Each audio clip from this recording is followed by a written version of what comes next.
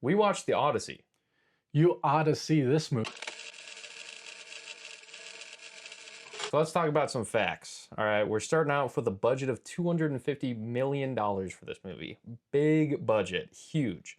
It was also the first feature film to be shot entirely on IMAX 70mm film cameras. The box office opening weekend had a huge domestic value of $124.5 million and globally $264 million. Just to put this into perspective with Christopher Nolan as a little sidebar here, is Oppenheimer's domestic opening weekend was only $82 million. So this blew it out of the water. Yeah. This is huge. Like, this is a generational film from him. Absolutely huge. The director and screenwriter was Christopher Nolan. He did both of them, and he produces a lot of his movies with his wife Emma Thomas, including this one. The cinematography was by Hoyt van Hoytema, I believe is how you say his last name. He's a Dutch cinematographer known for working with Christopher Nolan actually in Interstellar, Dunkirk, Tenet, and Oppenheimer, and then actually Nope. He was the cinematographer for Nope with Jordan Peele. So very big name. Yeah. I feel like I don't hear about him a lot, but he's in some of the biggest movies of the last couple of years here. Right. So absolutely phenomenal job. I think is easy to say with getting into just a little bit about the Odyssey. I would agree. Just killed it, really. Like, Yeah. all the scenes are just so well shot. Yeah. Some of the greatest choices. I didn't write them all down, but as far as like location goes, I mean, they were in like 20 different countries or something like that. Like, they just kept moving around to get these amazing scenes. Yeah. Just like the fact that I've been looking at it recently, not even looking, but just seeing it, it's been a big point, is that like they're in the ocean when they're filming these Yes. scenes. Like everything that they are doing in this movie, they are doing in this movie. For sure. Practical effects that have been enhanced by CGI. Stuff like that. Just like how much work went into this movie. In terms of like just practicality, which is obviously refreshing in terms of like what we've been seeing recently with like the MCU CGIing Thor's mask on and stuff like that. Like, Yeah, no. there's something to be said about tasteful CGI in movies. Yes, no, he Christopher Nolan, I was about to call him like just my boy Chris, you Yeah. know. He's very into the whole like as much as we can do practical, let's do practical. He's been on record to say that about a lot of his past works as well. But yeah, it was just insane how much is practical. Like, Yeah. obviously, I think it's pretty well known now. Like the Cyclops, you know, that video of the huge puppet of the Cyclops is crazy. All these other scenes where it looks CGI, like it looks almost like he did the whole thing on camera. But then you do some digging into it more, and you're like, oh my gosh, that was like he just did that. He had puppets for that or whatever.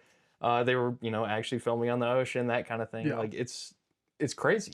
And that's what I think makes some of the effects so incredible, is that when you're watching it, if you're watching out for CGI, if you're one to pay attention to effects, Yes.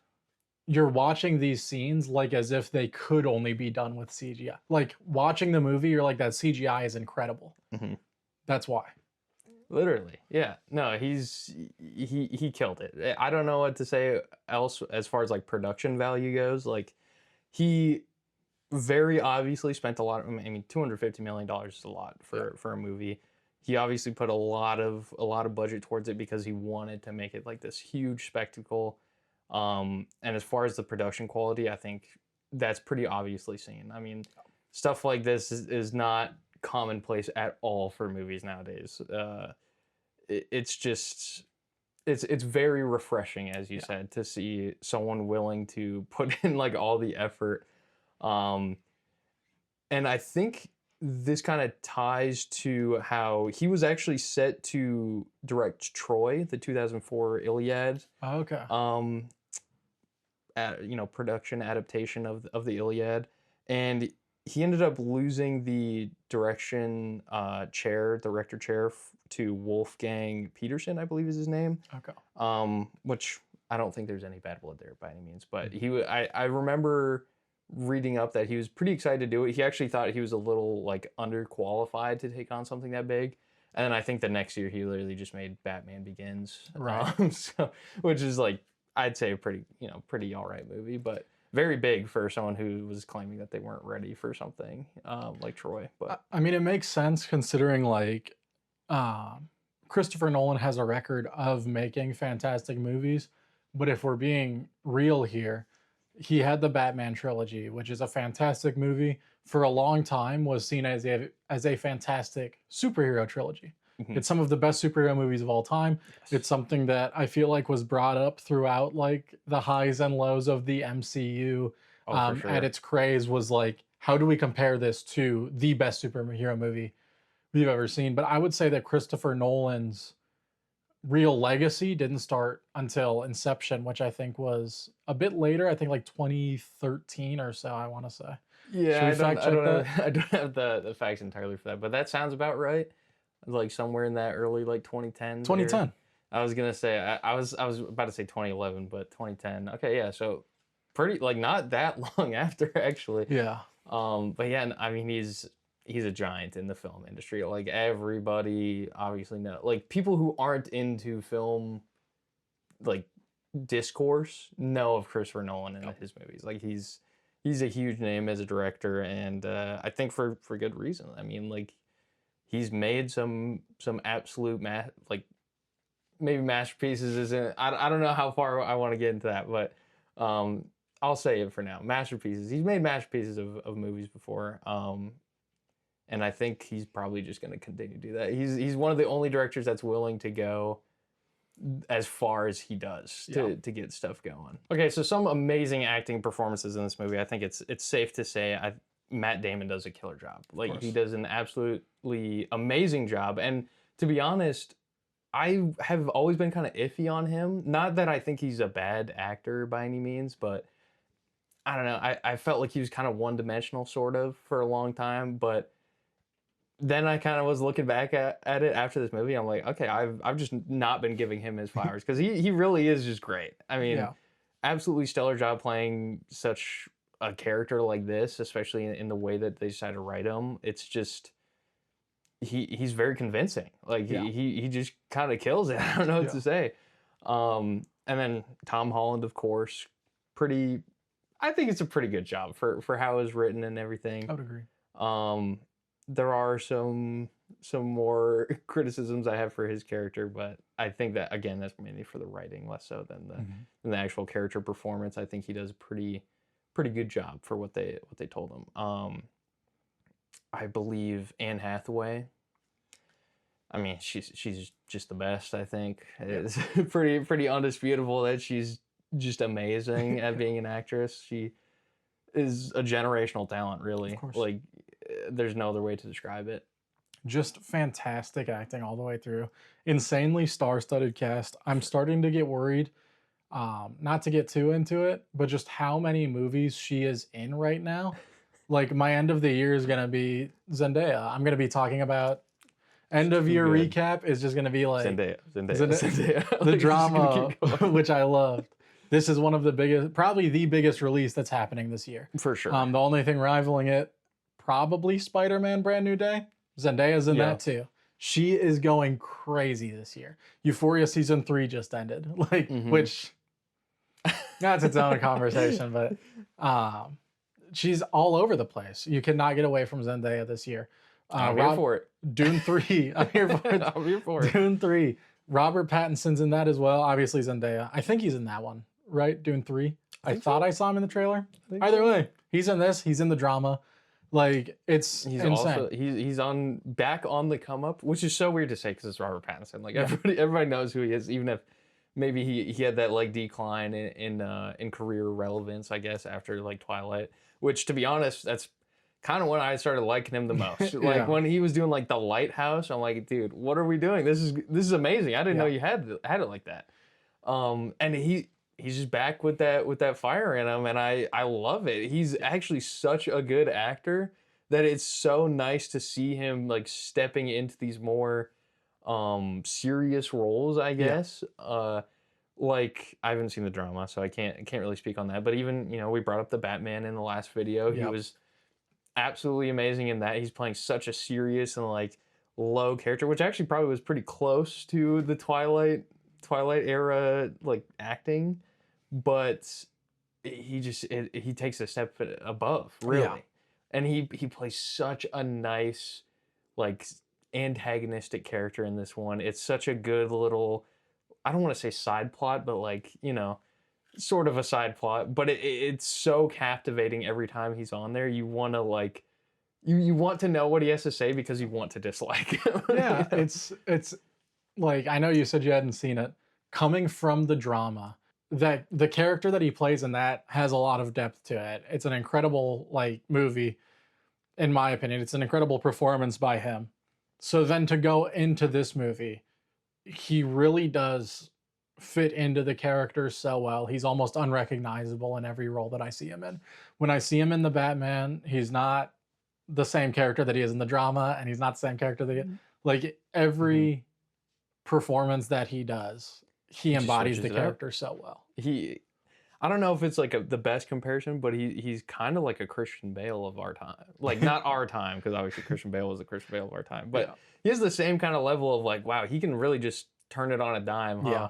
Like he just switches it up and it works like every time. Yeah. I don't know. He's yet to miss for me at least, Yeah. from the movies I've seen him in. And like you brought up, bringing it back to Zendaya. I mean, she's everywhere, and I'm happy for it every time. Every time I Yeah. see she's in a movie, I'm like, all right, nice. We got at Right. least one that's gonna make the movie good. Yeah.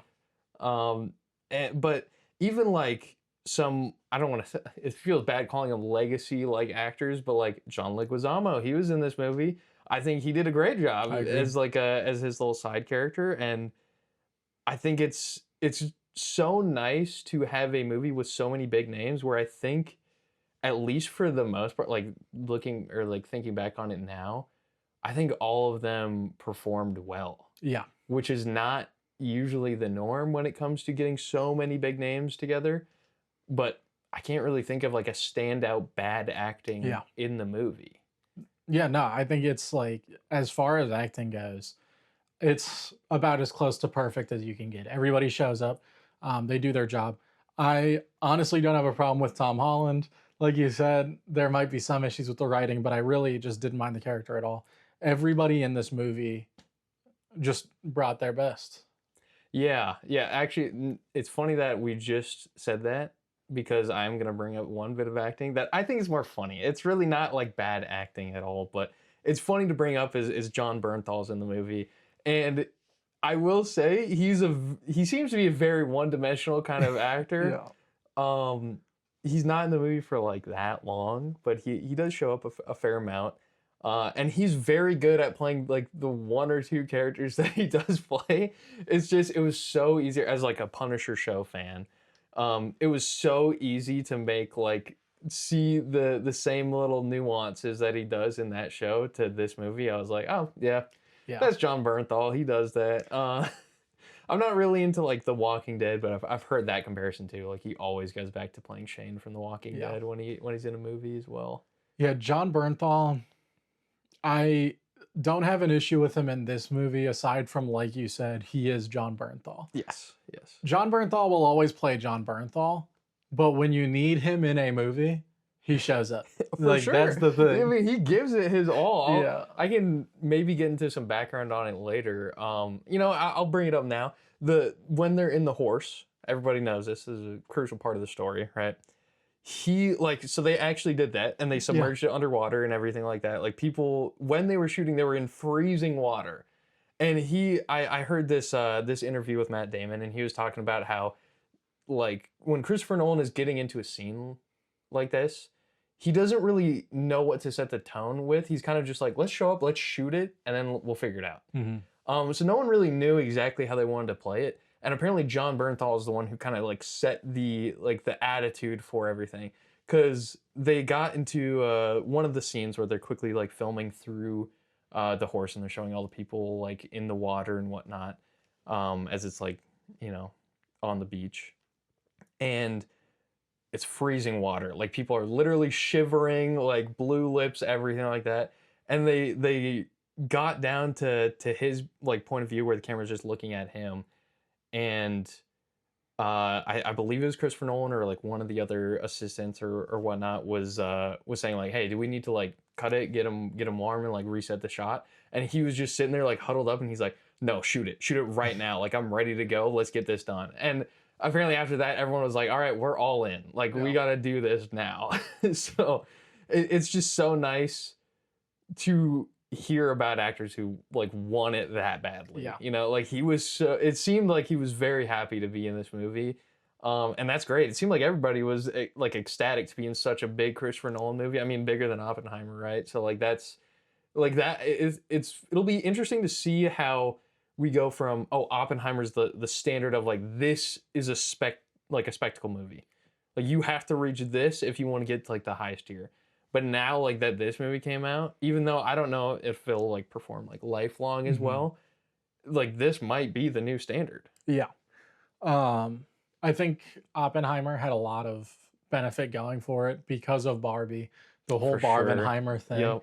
I think Oppenheimer, in terms of being a release, just how it came out, may never be topped because of the memes around it. It came out at a True. perfect time where social media was just like perfectly aligned. Like that's a once in a lifetime like rollout. Um, but in terms of quality, I mean, I think the Odyssey is at least gunning for that top spot. Like the acting's incredible, everything, Oh, and for I just think sure. everything in it's incredible in terms of quality. I think this is the most like spectacle of a movie I have seen in a long time. So we both saw this movie twice. One we drove down to see it in IMAX. Yep. Both of our first IMAX screening. Yes. And then we watched it again recently to take some more notes on the movie, So we and could actually write some stuff down instead of just being wowed by everything, of course. which is also nice because of the different aspect ratios, right? Of It's course. nice to know how this movie's going to hold up when your average person goes to see it. Yes, yes. And I will say I was actually shocked. I thought people were lying. I'm not gonna lie. For like full transparency, I thought people were like way over exaggerating the difference between the two, but it actually is like pretty substantial. Yeah. You know, they do a good job of masking it by you know, it's still zoomed in. You don't see like the black bars cutting off the projection or anything Mhm. like that. Like that's not it's not to that extent. They do like, you know, fit it to the screen. But after seeing both of them, like you can actually see what parts are cut off. And it is like, you know, the top quarter and bottom quarter pretty much. Yep. Like they do zoom it in by quite a lot. It's zoomed in a good amount. You're losing a lot of screen. There's one scene that I'm thinking about particularly in my head where Mhm. they're in a forest, Yep. Yep. and on IMAX, because it's taller, the trees just go up forever. Yep. You see like the whole trees, the entire ground, all their, you know, their legs, their feet, whatever. And And you just don't get that actually in the regular screening. but I think when I was watching it at least, maybe the shots didn't feel as vast, Mhm. but the energy stayed there. Oh, Would for I sure. recommend seeing it in IMAX? Yes. I really don't think you're losing much by seeing it on a regular movie theater screen or on your Mhm. TV screen or whatever. Yeah. However you watch this movie, I really don't think you're losing much. It's still an incredible movie. There are actually some parts that I prefer on the regular screening. Really. Some of the camera work that they do, obviously we all know Odysseus is Matt Damon. It's not like the face is a big reveal or anything. Yes. Yeah. But in IMAX, you have that taller screen, and some of the camera work here, I believe it's the first time you see Odysseus, his entire head is cut off. You do not see Mm. him. Not that it's like a huge reveal. Again, we know exactly who he is, Everybody knows about but it. the idea of like Telemachus out here looking for his father, we don't know where Odysseus is. And the Mhm. first time that you see him on screen, there's almost like a mystery to it. His whole face It's just gone. is gone. I Yeah. think that works incredibly for it. It feels like a movie that they shot for a regular screen that is enhanced by IMAX, not the other way around. I could see that for sure. I think to back off your point here, I do think it is worth seeing in IMAX, but I agree. It really doesn't subtract a lot from the story. It's just kind of nice as almost world building doesn't feel like the right word, but like kind of like a building point to it of when you're watching it in IMAX, you get all these little background details that aren't really all that necessary. Like for sure, not necessary. they're not really all that helpful even, but like when they keep adding up, I think like when they're building up throughout the entire movie, you're getting all these little extra points and stuff. It feels more, I don't want to say like real, but kind of like it feels more real For sure. to be able to see everything. But for sure, I mean, watching it on your TV at a movie theater, even on your phone, I don't think you're really missing anything that's like crucial to any part of the story or part of the movie. I think you get everything you need, and I think for sure he had that in consideration. He's not expecting everybody to go to an IMAX. You know, there's only what like 50 of them in the United States here or whatever the number was, but I will say, being that we have one not that far from us, it was very nice to be able to drive down there and go see one for the first time in that kind of theater. I mean, it was a massive theater and every seat was booked out, like absolutely packed. Everybody had a blast. It seemed so loud, Yeah, but it was a great experience. I agree. I wouldn't not do that. Like I would go do that again for probably the next Christopher Nolan movie, to be honest. Yeah, I mean, it's because Oppenheimer was shot for IMAX as well. Yo, And I remember that being a thing of like the right way to watch the movie is in IMAX. I was seeing a lot of like the film bro culture on TikTok oh, talking for about sure. you need to go see it in IMAX. That's the way it was meant to be seen. However, as much as that was pushed for IMAX, this is the first movie where it's like regular dudes who are just like, the IMAX was fucking awesome. Yeah, that Like, actually was great. and so I think that goes into your point, the wonder of seeing it in IMAX and seeing these giant scenes. It is fantastic, especially when the movie looks as good as it does. Yes. Another big piece of news about this movie, Yes. it's been seen as a politically charged woke movie. For sure. If you're worried about it, first off, like fuck off if you're worried about it. Like be for Yeah. real. There's really But no need. this isn't a woke movie. No. And that's I mean, that, you know, honestly, with Oppenheimer, we brought it up a couple times now, but it was the same kind of thing where everyone was like so, like, they're getting into this like super political, like politically drove aspects of these movies. And for sure, do I think Christopher Nolan wrote them on purpose to be like that? Probably. I don't know much about him as a person, but I'd assume that he's got some opinions that he's, you know, at least trying to bring to the table of discussion, right? Whether or not he's actually like sitting here pushing his opinions or values on you, I don't think that's what he's doing. I don't like. There was so much controversy surrounding Elliot Page being in the movie, and at the time, everyone thought he was going to play Achilles, and people were so upset about that. Like, what do you mean? That's not a manly man or whatever. I don't like. There's no obviously there's no like photo proof of what Achilles looked like, right? Yeah. He's thousands of years old. Might not have even been a real person. Yeah. But a lot of the sources that I found, it's actually pretty spot on, like casting. And also, does it even matter? Like, like that's the biggest point, I think. There's been a lot of backlash on the casting of Lupita Nyong'o for Helen of Troy. Yes. I've been seeing a lot of defenses of like, well, we're talking about a woman who was born like Zeus's child who hatched from an egg. Like, why does she need to be like a white woman? Fuck that. I don't care about that shit. Matt Damon is white. Like, we're sitting here complaining about a black woman being Helen of Troy. Matt Damon doesn't look like Odysseus doesn't look like that either.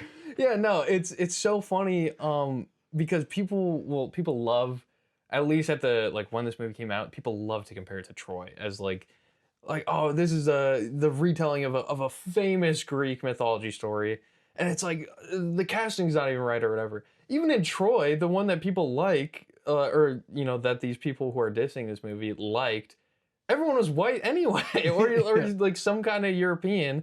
Like no one has been Greek in any of these movies that are about Greek people, and it doesn't matter. Like it really doesn't. I get like telling the story, you know, it's nice to have like the culture involved in that too.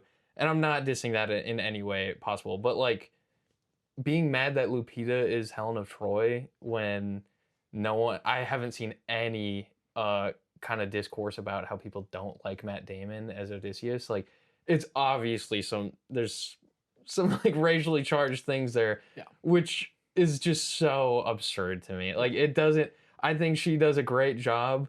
I don't, to be honest, I don't really even care about like the accuracy or whatever, because it does also play into like a big part about the story, and like this telling of the story is very prominent in the aspect of women did not have power during this time, and that's like a bigger and more important topic, I think, for the movie to kind of bring up for discussion. Is like, without getting too far into it, there's a lot of points in the story where that's like what the female characters are trying to get across, this point that at the time, women didn't have like rights, basically. Like, they were expected to do this exact thing, and then the male characters are trying to like be like, oh, just do this, you just do that, like you can Yeah. just do that, and then there's the discourse there of like, no, Yeah. no, we cannot just do that. Yeah. So I will say, as far as Christopher Nolan's politics, he does keep it on the low. He doesn't like to talk about it much. Um, I'll push over to people who are smarter than me about politics. I know I watched a Lil Bill video where he was mhm, talking about it. Um, he talked about Christopher Nolan has realistically, there's a conversation about there is no apolitical art. All art is political. I can see that. He's discussed the idea that like Christopher Nolan is realistically probably a conservative. I think he says that he definitely has some conservative viewpoints. Hmm. He brings up the Dark Knight a lot, talking about how um, the Dark Knight trilogy is pretty much about like, Batman is obviously the good guy, excessive force, police authoritarianism Yeah. are two big themes of the movie. And it seems that they are framed in a way of, well, it's It got to just is happen what it is. sometimes. Yeah.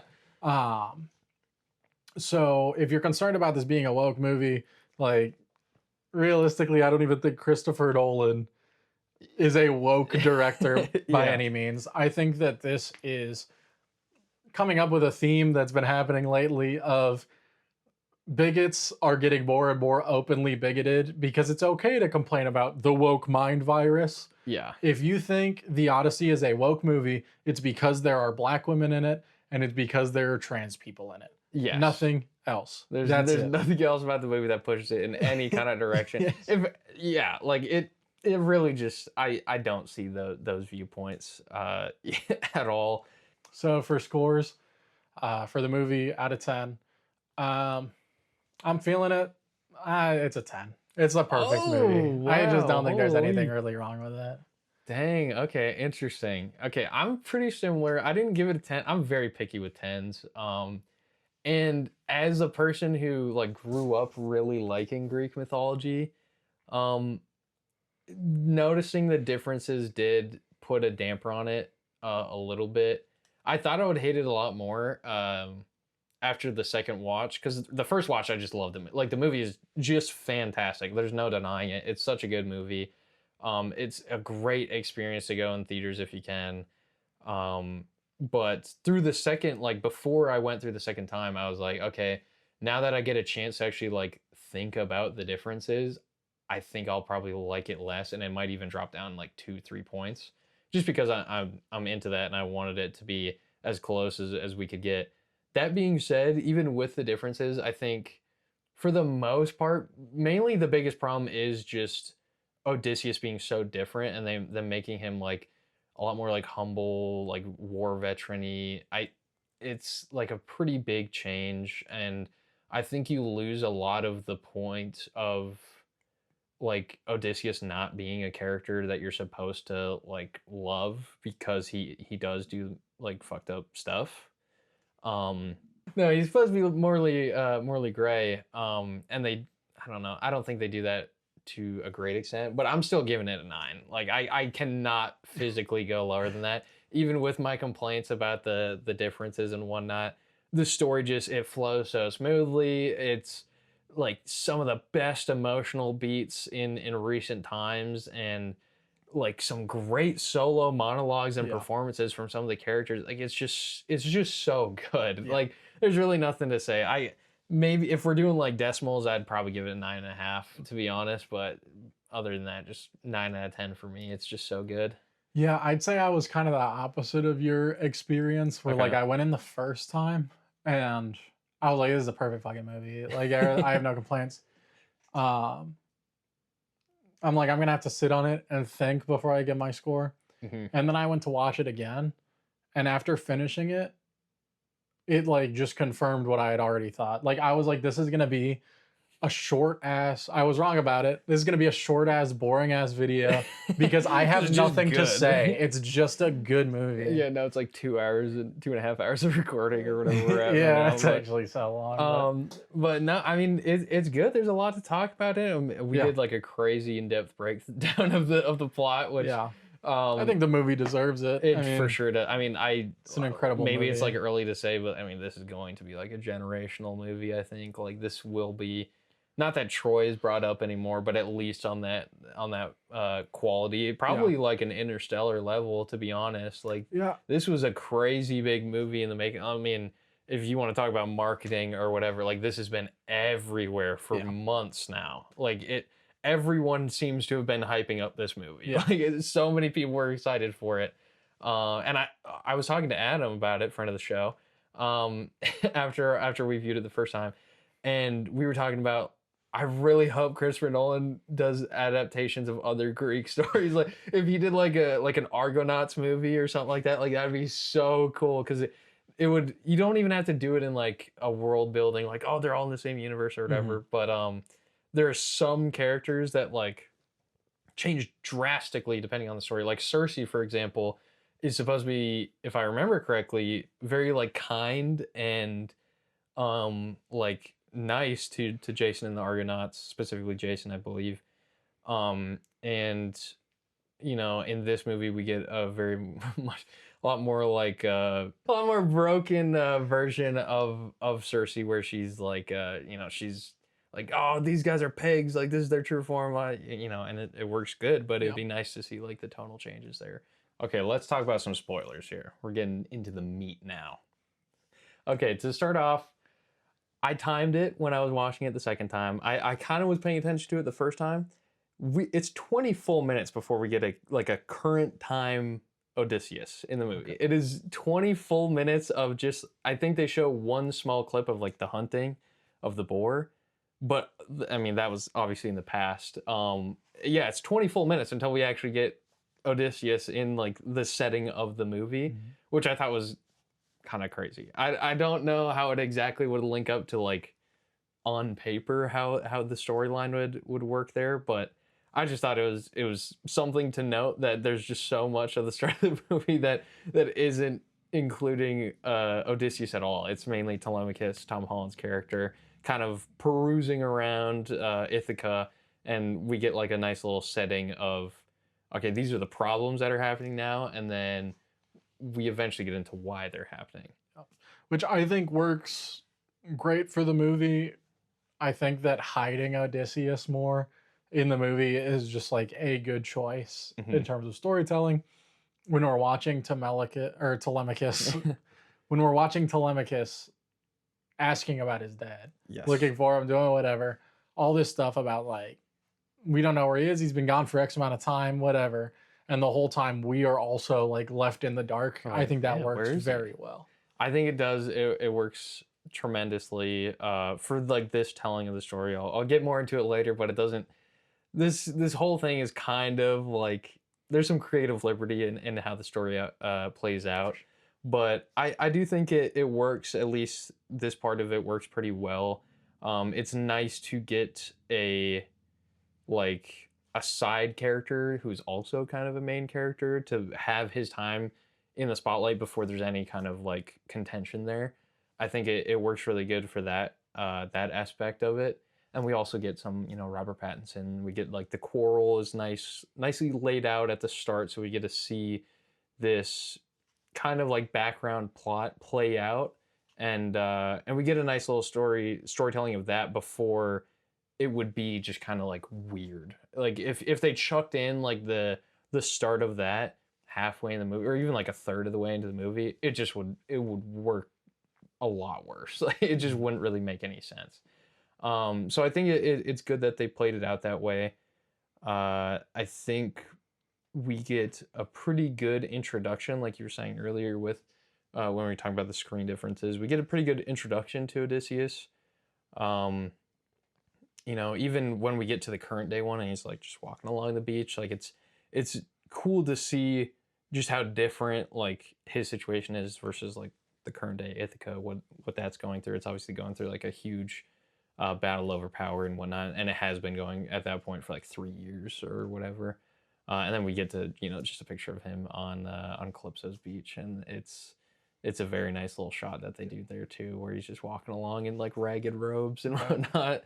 But yeah, no, I think it worked out good. It was very interesting to watch, the Odyssey and not have Odysseus be there for the first Yeah. 20 minutes. Um, but that being said, and this kind of plays into my point I had about the music, we get a little bit of the famous, probably by now, I'm sure there's tons of memes about it and whatnot. The bow pluck Yeah. scene, he loves to do that. They do a whole nice little um almost like montage because they do him in like the dining hall when everyone's like laughing having fun, and everyone's like, no, you can't, like no one can do that or whatever, and then he just plucks in, and it makes absolutely works perfectly with the score. Like Yeah. it's just so good to have that little pluck play into into the soundtrack. And then also the hunting scene, of course, Yeah. when they're hunting the boar, and he does the whole I'm gonna pluck it because it's I'm gonna fight with honor, uh in quotes there, because Yeah. he's just hunting a pig. But it's awesome every time. Every Yeah. time he does it, you're like, oh, that's just such a satisfying sound, hearing the string vibrate there. Yeah. I know we talked about some criticism for Telemachus's character. Yes. I believe pretty early on is the first time that we hear it. A beggar walks in. Robert Pattinson's character, Antinous, is kind of confronting him, trying to get the beggar to leave or Yes. whatever. Get out of here. And And he he starts says, talking about, this could be Zeus in disguise, or this could be a yep, god in Zeus's law, disguise. of course. The whole Zeus's law part. And I believe it's the first time we hear him say, "You have wise eyes. You You have have Athena's Athena's eyes. eyes," which Yep. has become a big thing throughout. I believe that's the first time we hear it is Yes. there. Yep. It's become a big thing. I feel like I didn't notice it as much as maybe other people did, but It happened. I mean, it happens less in the bow thing. I didn't write that down. I was actually going to, and then I'd missed like the first two, and it was like, I don't know, like halfway through the movie or something like that. I was like, it's not worth bringing up. But it only, I think it only happens like 4 times. It doesn't happen like that much, but it is funny how he says it in the exact same way every single time. Like yeah, I don't know how he must have been like looking back at the recording of the last one to get it the exact same, because he does not change his cadence of his voice at all, and it is pretty funny. I'm not yeah, gonna lie. It's a nice little like saying that I wasn't back in that time, so I don't know, but I feel like it's probably was said, yeah, and I don't know. I think it works in the places that it does, even as like a kind of funny thing. I don't know if it was intended to be funny, but yeah. it is. So It does bring into play as well the idea of the gods yes, in the Odyssey. The gods are real. They exist throughout the poem. yes, We are seeing like people who are gods. We are seeing the gods directly enacting whatever on here. hmm I've heard a lot of criticism, not even criticism, but kind of inaccuracy with Christopher Nolan's version, that yes, his version seems to allude that the gods may not be real. It leaves it kind of elusive. Maybe the gods are real, maybe they're not. hmm But most of the time that we see actual anything playing into the idea of gods, it's Odysseus talking to Athena Athena. in his head. Yes, and no one else Um, can see it. Yeah. Me personally, when I watched the movie, I always thought I went in with the idea that the gods are real, hmm and so I'm sure that that backed up the movie. I was watching it as though the gods were real, therefore they were. hmm But I can see what people are talking about. There's a lot less direct contact with the gods in the story for the movie Yeah. rather than in the poem. It's Oh, for sure. Yes. As I was doing my research into it, and I knew a little bit of it already, but yeah, no, that was actually one of my bigger criticisms. Is I was hoping we would see more of them, because we see Athena throughout, and the shots that they have her in are pretty powerful for the most part. I think all of them have like a pretty good message and play a pretty good role in the story. I mean, just getting into a couple of them, like when we're kind of skipping around here a little bit, but just to jump between them, like at Troy when they're cutting off the statue's head, he sees her as like like a person getting Yeah. beheaded. That's obviously very like real and like important, right? Yeah. Because like that was a big blow to him. And like jumping when he's on the land with Apollo's cattle, she shows up and she's like, it's you're taking all this responsibility that it doesn't belong to you. Like this is a godly thing that Yep. you were trying to take responsibility for, and that's like ruining you. Which is kind of where I think, like in places like that, it obviously is kind of trying to be like, yeah, they're not real. Like Yeah. this is just in his head, which I don't like. That's a big criticism Yeah. for me. I like Greek mythology is really cool. The stories work really well. I think when you include like godly factors in them, and there's supposed to be quite a bit more in the story that is just not there. And he removes them, I'm assuming deliberately. But then we never see Zeus or Poseidon, which I don't think you actually see like physical representations of them in the poem. I mean, obviously it's just a bunch of words words on a page, Yeah. or most of it was like vocal anyway. But you know what I mean. Like I don't think there's any visual representations of them in the original source material either. But it would have been kind of cool. Yeah. Like seeing Zeus like they're a lightning bolt or something would have been kind of sick. But There is obviously you have to have suspension of disbelief when there are Greek gods. The movie is less realistic, assuming that the gods aren't real, yeah, because now you're telling me, like, okay, he shoots the Cyclops in the face or whatever, and now Poseidon's upset. yes, Now we have rough seas. Okay, rough seas happen. hmm A lightning bolt splits the boat in two. that's yeah. Like That'd be we're pretty just hard. like, oh well, like that happened. Like in a world where prophecies and cyclops and witches are like all this is real. Like I feel like the gods make the story For sure. more believable, if anything. And I choose Exactly. to watch the movie believing that I hope that's they how everyone watches exist. the movie because I think that makes it so much better. I agree. But yeah, I mean, getting into it's like a good segue here about Polyphemus, Cyclops, because that's one of the first stops on the way back there is I think we talked a little bit about how it being practical was really nice. I do think that part of the movie is actually a lot of people's biggest criticisms because there's one very important thing that they cut out, and then obviously there's like a couple little nuance things, but the big thing that they cut out is the nobody scene, which Yeah. I feel like a lot of people have heard of it, maybe even if they don't know exactly where it came from. But they poke out his eye, and then Polyphemus is obviously like very enraged at this point. I mean, you hear it in the movie; it's like the loudest thing ever. But at that point in the original story, he tricks him because he calls himself nobody, because Polyphemus can't see anybody, so he doesn't actually know that there's someone there. So there's like a whole trick involved with it. It's a really nice like fun plot, and it really kind of shows that I mean, one of like the most basic parts of the Odyssey story is like a brain over brawn thing. Like that's Yeah. probably the original brain over brawn story.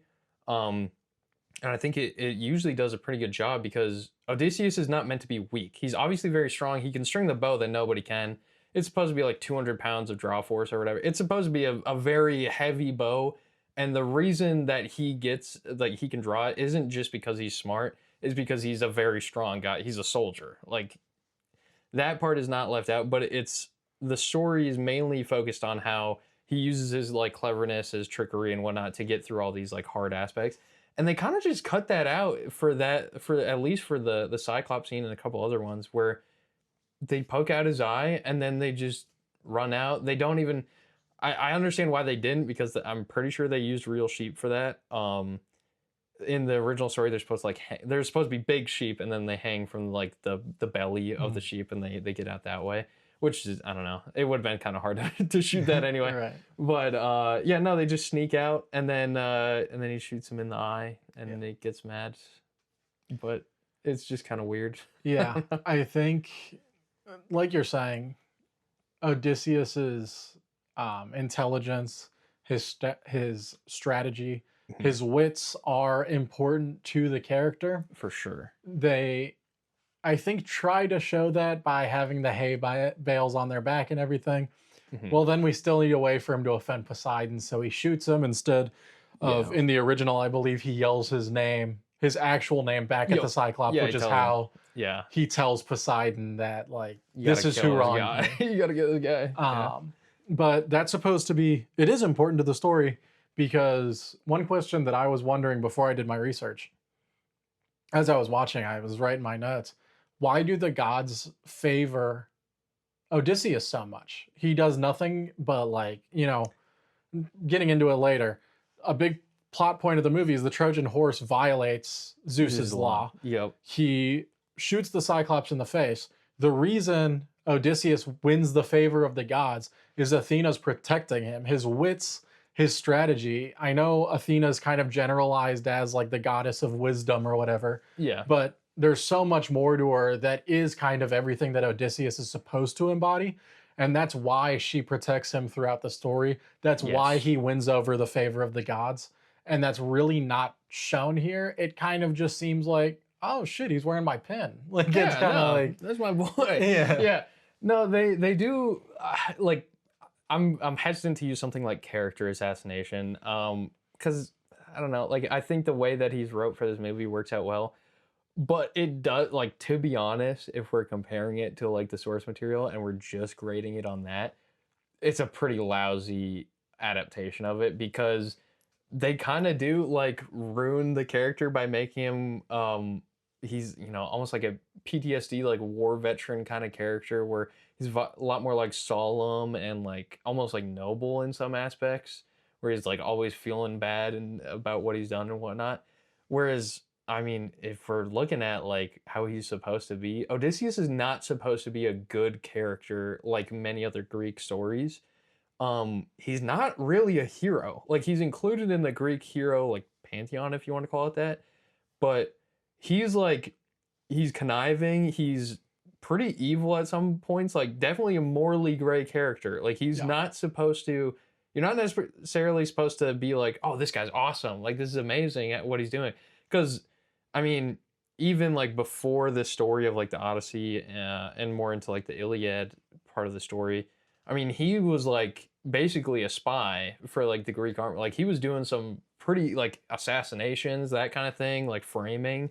Like he's supposed to be the guy who's like you're not necessarily rooting for him because he's doing not great stuff, yeah, but he is just really smart. He's supposed to be I'm pretty sure he's supposed to be pretty like pompous and cocky a lot of the time too in the original way it was written. Like he's not supposed to be sad about anything he's done. He's supposed to be like pretty happy and like boasting about like, mhm, yeah, no, I did that. Like I don't feel bad about that, yeah, that kind of thing. And that's I think kind of why because at the time there's different interpretations of like what the gods would favor and whatnot. Obviously, Athena is set to favor him because, like you said, the cleverness. Like she like she fucked with smart people yeah, basically, and he was like one of the best. As far as especially like a war general and whatnot, he was great. And then Zeus is supposed to favor him for some reason. Honestly, I can't remember off the top of my head, and that's why he usually I think is set to be like the reason why Poseidon wasn't able to kill him yeah. is because Zeus is like favoring Which him they at do. least a little bit. They They say kind of that get it a little later bit. on in the what is it? Calypso tells him, "You have to take your punishment, but he will not kill Yep. you. Zeus won't let him," or Zeus won't something let like him that. kill you. Yep. And honestly, they show it like an all right. They don't try and show it too explicitly. And this is kind of like jumping ahead a little bit. They did cut out a scene, like an entire stop on the journey, Yep. where they really show it with the Phoenicians, I believe. That's where you're really supposed to get this whole like, okay, like Poseidon is the one that really hates him. Everyone else is kind of like fine. Like even Apollo doesn't like get mad at him for killing the cows or anything. That's like a Zeus punishment. But there's no like plague that gets set Yep. on him or anything like that. Which I believe they changed in the original story. I don't believe it's Apollo's herd. They say I it think it's in supposed the to be like Helios's or something something like like that. that. In the movie, I think they say Apollo. I'm almost They certain they do. say Apollo. They do say Apollo. I Yeah, think it's just for name recognition, probably. I don't but think many people are like know Helios is the sun yeah. god, but yeah, no. That's like that stop, the one that they missed with the Phoenicians, is really where, because those are people that are like, the whole story is kind of trying to divide it into the goods and the bads. I mean, this isn't the whole point of the story, but the goods and the bads of like Zeus's law. The suitors, for example, very negative. They use it as an excuse to literally just come in and basically live in a palace and take all their stuff. Yep. Like that's the whole point of what they're trying to do, and then they're trying to rule over Ithaca by becoming king or whatever, or have Penelope come marry them and rule over a different area. But they decided in the movie just not to show the good part of it, like the Phoenicians, who they actually help Odysseus. He lands there and they bring him in. They have like great hospitality, if I'm remembering correctly, and it's supposed to be the nice parts of it, so you get the contrast between the two different groups Mhm. doing it, and then it's supposed to kind of go further with like the Zeus's favor thing, like, oh, he's adhering to my law or whatever, so I'm not gonna let Poseidon kill him, Yeah. basically. And obviously he has, like, if you really want to delve further into it, there's like a fates, interwoven string that he has to like go through all this to get back and punish the suitors for breaking his law and whatnot. But Mhm. there's levels Yeah. to it. But yeah, no, they definitely skipped out on some pretty big parts of the story.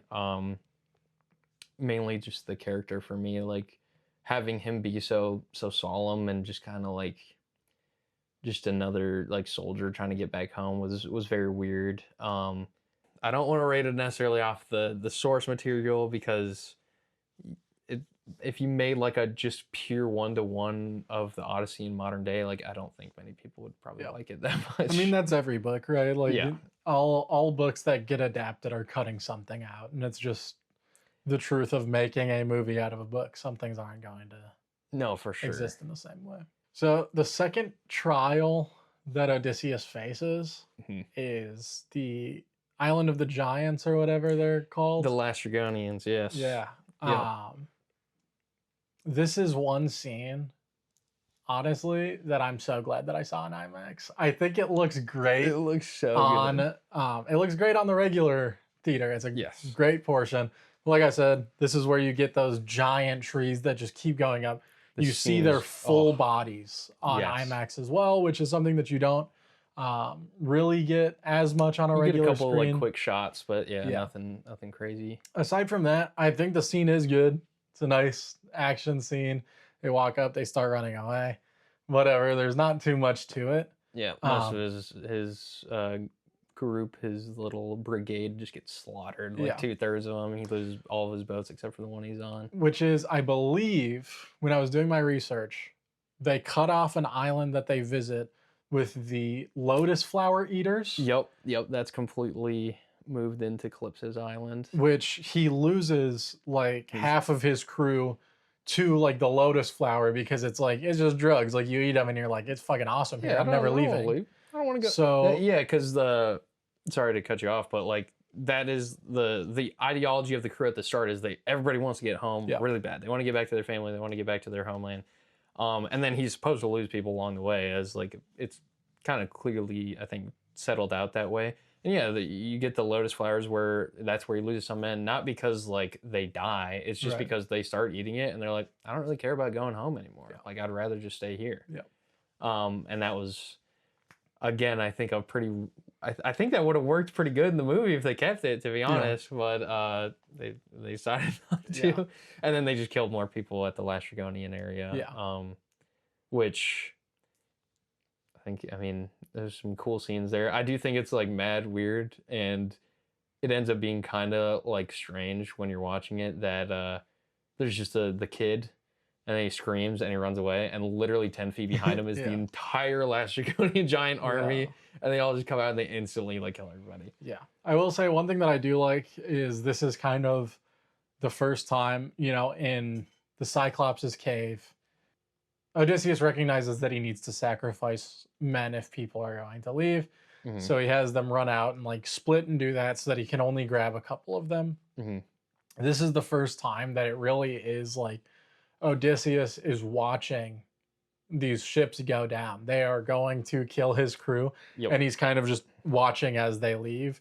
I feel like that's also where we do see like kind of the turn on Odysseus's character by the crew afterwards aren't rocking with him, Yep. but also like Odysseus's character seems to shift after that because that's after they go around the coast Yep. and they go up to the Cersei's. Well, yeah, it's supposed to be a different island, I think, but they just end up at Cersei's yeah hovel or whatever you want to call it. But yeah, no, he definitely after that point he's like defeated, right? yeah Like he's like, shit, we're not all making it back. yeah He's not exactly thinking at that point. I think like we're gonna have to kill a couple people now, but he at that point he's like fully defeated. Like, okay, wow, we fucked up yeah basically, and now we're going to be paying the consequences as we keep going. yeah It's just unfortunate, really. right And he definitely doesn't have like as much like fire in him, which again, I mean, isn't really true to the character exactly, but that's how it's portrayed in the movie, and I think Matt Damon does a good job at being the little like sad PTSD I warrior. agree But yeah, no, Cersei is actually a great thing to bring up because that was the biggest one for me when I heard that that wasn't mainly CGI. I was like, how the yeah fuck did they do that? Like, what do you yeah mean? They literally just gave her puppets to like yeah morph around. I want to call her out by name because I think she does a great job. Samantha Morton, hmm absolutely stellar at playing like a yeah like an evil like witch kind of character. One thing that they don't show is they're supposed to stay there for a year. hmm They're at Cersei's Island for about a year, and Cersei's supposed to fall in love with Odysseus. That's supposed to be the connection there. And that's, I mean, maybe they allude to it a little bit because they're kind of like wittingly going back and forth after just her and him are sitting down at the table, but I feel like they didn't really want that plot point to yeah be in there at all. in the original, I don't think that they give her a reason for what she's doing. It's just kind of Yep. like they show up and she's offended, so she turns them into pigs. Yeah, she's just kind of a Um, powerful witch who can do yeah. whatever she wants, really. In this one, and this is where I think the changes work better as a current movie. Mhm. I think it's nice to see Odysseus like struggling with what he is doing. Yes. It's nice for them to go in there. You know, Zeus's law, hospitality, whatever. She's like, don't do anything, don't whatever. You guys have pillaged and raped throughout whatever. Like, just like, please leave me alone. They're like, we're not gonna hurt you, whatever. Yeah, we just want some food or something like that. They're like, we're not like that. Yeah. That's like pretty much what the tone is Yeah. of what they're saying.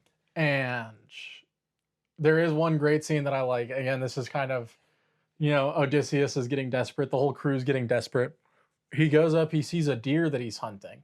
And for a second, he considers not strumming his bow. Yeah, he's like, I need this back. We're hungry. He dude. draws the full arrow Mhm. and he lets it out and he then he makes sure to strums the strum bow. it beforehand. But you can see that he's like hesitant about it. He doesn't want to have to chase this down. They need to eat. Mhm. Uh, And I mean, in maybe some aspects of like how the movie would have played out, that's the reason that he doesn't get to his men in time to see them become pigs. Like him Right. doing that, him kind of staying, at this point he's drifting for sure, but him kind of staying true to himself is what is like almost like making it harder for Yeah.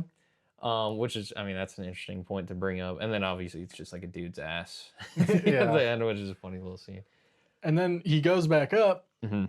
He brings a dagger in, violating Zeus's law. Yep. And she talks to him about you guys pillage, you guys rape, you do all this. Mhm. I didn't turn them into anything. This is who they This are. is who they actually are. Which also leads into when she's turning them back. She says, "Go back into your disguises go and back all to your that." disguises. He has Yep. to threaten the bird next to her, which ends up being her sister That's or her something sister. like I that. believe it's Pasiphae, I think, maybe. I'm trying to remember the story a little bit. Yeah. But anyway, another big name that Yeah. shows up. But yeah, no, that was I mean that is, I'll give it to them for the screenwriting. That is one point where they do kind of show the cleverness of Odysseus. They just Yeah. I wish it wasn't so like fast that you Yeah. don't really get to like take it in. But you know, he sees her looking at the bird. He hears her talking about it, and so he makes the connection that, oh, these random like people that she like to her random that she just turned into pigs. She just threw them outside. This one is a bird she has in a nice cage in her house. Like this has got to mean something to her. So then she like draws the dagger as the pigs break down the door, and then he, you know, reaches over and Yeah. grabs the crow, which it's a nice little scene that they show him being smart enough to like get that, and then he obviously like does the talks her into like telling him who it is, you Yeah. know, basically. It's just great. Everything I love about the it's great. Cersei stop. It's just Yeah. everything on it is great. And I think it's very nice for Odysseus to like listen to her and kind of realize like I think the intention is at least that she is right. Like that's Yes, the big point of it is I think that's again where we kind of get more of the breakdown of his character where like no, we that's exactly who we are. That's exactly what we're doing. And I think it is one part where the movie really does uh suffer. If they wanted to keep that in there, I think that the movie benefits from a few more of the stops yes, because the stops are kind of portraying like the breakdown. not Really. only the breakdown, but like you said, Zeus's law, it shows you both sides of it. If you give us hospitality, then we're gonna take that. We're gonna Mhm. take advantage of it. And if you don't give us hospitality, We're gonna take it. we're gonna take it. Yeah. Exactly. And And I they think actually show that with the first stop we didn't mention, but that's the I'm trying to remember what the island is called, but the first stop is where they basically raid that village, and I think yeah, Odysseus is supposed to lose a couple men there because the village fights back, and then that's when they really start to plant the seed of like, oh, we're the people from the sea that the people everyone's yeah, talking about. And then they're like, no, what? No, we're Greeks. Like, we're the yeah. good guys. You probably just heard that we won at Troy. Yeah. Like, that was us. While the village is It's burning, burning. he Yeah. walks up to the one guy and he says, ask him why they abandoned their village. Why didn't And they they wanted welcome everyone to us? die. Yeah. Yeah. Yeah. No, it's a good point, and I think the Cersei stop is really when they try to like start hitting, like, to be honest, kind of like hitting you in the face with it a little bit Yeah. more. It's not like super nuanced. They do really try and make you understand that Yeah. point. Well, I mean, Um, because she runs out the back. No, leave me alone, leave leave me me alone. alone, He leave me runs out alone. and he tackles her and he's holding her on the ground, We're telling nice. him, We're nice. we're not here to hurt you as he's holding her down. We Like, just need your food and yeah, your supplies. Yeah, no, it is it's just a great scene. The yeah, acting is great from all of them. And yeah, it's a good like more it's like the watering of the seed, I guess you would call it, of like that is when I believe you're right, where it starts to break down, where Odysseus is maybe even starting to like put it together. He's like, oh my god, like they're talking about yeah, us. Like all these rumors coming around of people like invading everything, like we're the people invading everything. yeah, And that I obviously that's like the main theme of the whole movie, really. mhm, And I think it's a good part to add that on because uh Cersei is just a great character to have that kind of um indoctrination, I guess, of the concept more. But it's just I think it just works really well, basically, to yeah, put a cap on it. It works really well. And I don't know if they could have done that better for me. I think that is a change that I think helped out a lot. To get back onto like they're supposed to be there for a year, I will say the pacing of this movie feels like very off at times. It's really hard to tell how long they're at places, and I mhm, think that's kind of supposed to be the point. Is like they don't know how long they've been away from home, yeah, that kind of thing. But I do think it works out kind of poorly in some spots. I don't they shouldn't have shown that they were at Cersei's Island for a year, obviously. That's like way too long to show for mhm, that part of the movie, but they should have shown that they were at certain places because for a lot of the stops it looks like they were there for like 10 minutes, yeah, you know, and that just makes it really hard to conceptualize like, oh yeah, they were gone, everyone was gone for 20 years, you know, 10 from the war, 8 from the journey or yeah, whatever. It's just really hard to kind of like believe that when all these stops are like so quick. yeah, And then of course they're just like, oh yeah, he was just at Calypso's for like most of the time yeah. anyway. But I could be wrong. I think she's supposed to warn them about like the sirens and whatnot and like the sea of monsters. I can't remember entirely, but anyway, they go to Hades, which I think also, I'll say it, great scene, like Yeah. two back to back, absolutely phenomenal scenes for different reasons, right? Yeah. The I don't remember where the Cersei scene was shot. I think it was like Sweden or Norway or something like that.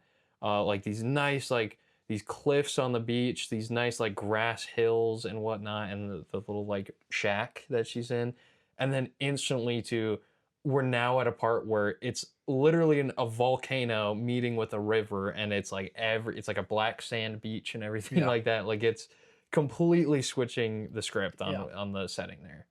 Even after that, like this is when I watching it was like, this movie is like something This is else. Like, great. oh, Yeah. this is incredible. They go there, they have to raise the dead Hmm. to talk to, I'm forgetting his name, but he's supposed to The tell them the seer, way yes. back. It starts with a T. I can't Yeah. remember.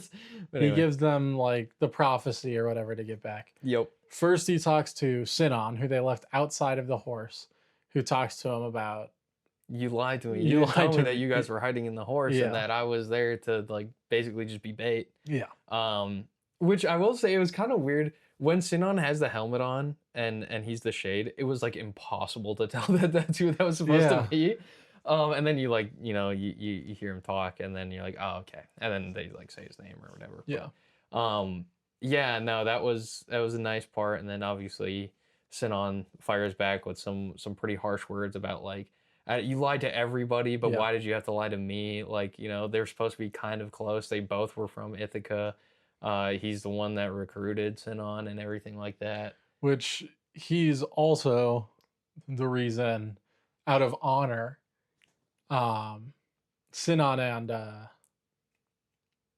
Robert Pattinson's character, Yep. they switch. Yep, because Robert Pattinson drew the right lotto, Yeah. and then he's like, And Sinon, you trying to take this from me? I don't really want to 'cause go. we learn in that scene, Sinon was promised money for his family Yep. because he was his family was their cattle herd, I believe. Yep. But out of honor, Odysseus defends it. Like, he goes over there and tells Robert Pattinson's father, like, oh, he was trying to take Sinon's spot. Yeah, he's trying to switch. But I didn't let him. Like, just straight, like, lying to his face. And Sinon's family never gets the money. Sinon's family never gets the money. And His dad dies before him, Yeah. because he like starves to death or something like that. He dies in poverty. Yeah.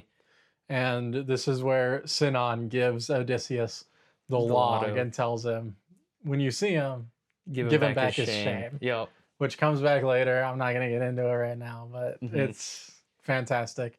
We also see Him Agamemnon. fully dripped out in the Fully in the dripped. black armor. We hear the story about how he died, which is he got back. His wife killed him for sacrificing their daughter for good wins. Yeah. Yep. So we kind of see the fate of like the rest of his heroes, crew, the really, ones yeah. that, should have made it back safely, or that did make it back safely. Nothing good awaited him back home either. Mhm. And that also comes back later when Odysseus makes it home. The way that he moves is very clearly he has to feel out the waters because Mhm. he's distrustful of his family Everything. at this point, of everything. Yeah, no, that's a very good scene. They did cut out a couple parts of that, but I think for the most part it's kind of like true to the story. But it's such a nice scene because it's all these like dead people that he knew that are like basically just giving him information and like almost acting as a guide sort of. And what's nice about the log, right, is the last time that he gave it to Odysseus, he was like, bring this back to my father when we get back if I don't make it, to like, and tell him that I was great, basically. Like, tell him I did a good job, even if I didn't. Like, you Yeah. can lie a little bit. And it's supposed to be a nice little, like, kind of nice, warm-hearted little thing. And then the next time he gets it back, he's actually a lot more aggressive of like, you are not a good person. You're not like, I didn't do any of this for you, basically, kind of thing. And he's like, but you got to give back Robert Pattinson his shame because like he's also just as like he's also a terrible person. Yeah. I had to find out from my father that like what's going on and all this stuff, and that's like a very like it gets kind of heavy there Yeah. because you're like, oh shit, And like, like that's rough. he kind of, no, not kind of.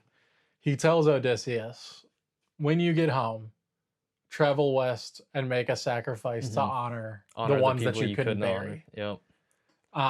Which obviously includes Sinon, who died outside of the Trojan Wars, was completely left out on the Yeah, entire just gets plan. washed away basically. So, yeah, that's fantastic. And this is also where they hear, uh, or Odysseus hears the prophecy of, All of his men dying yeah, basically. Yep. they're, they don't, you Yep. make it. He says something about, do this, do this, do this, and you make it home. Not Hmm. your crew, You. you. Yeah, he's like the he what does he say exactly? It's something along the lines of like your crew despises how you um Oh, yeah. how you Your what is it? crew doesn't want you to defy the Yeah. gods, but by the gods say none of them will survive. And then he goes, I'll defy the gods. Yeah. Yeah. No, it's such a good point. And to wrap back actually real quick to something that they missed is he's supposed to speak to Achilles. Okay. Achilles is supposed to meet him in Hades, and Achilles doesn't give him any like tips or like here's what's gonna happen, like to avoid this. But it's a nice moment to see like the other side of like the two Trojan War heroes. Yep. And Achilles is he gives him a really good line, which it honestly wouldn't have worked in this movie with the way that they made Odysseus act.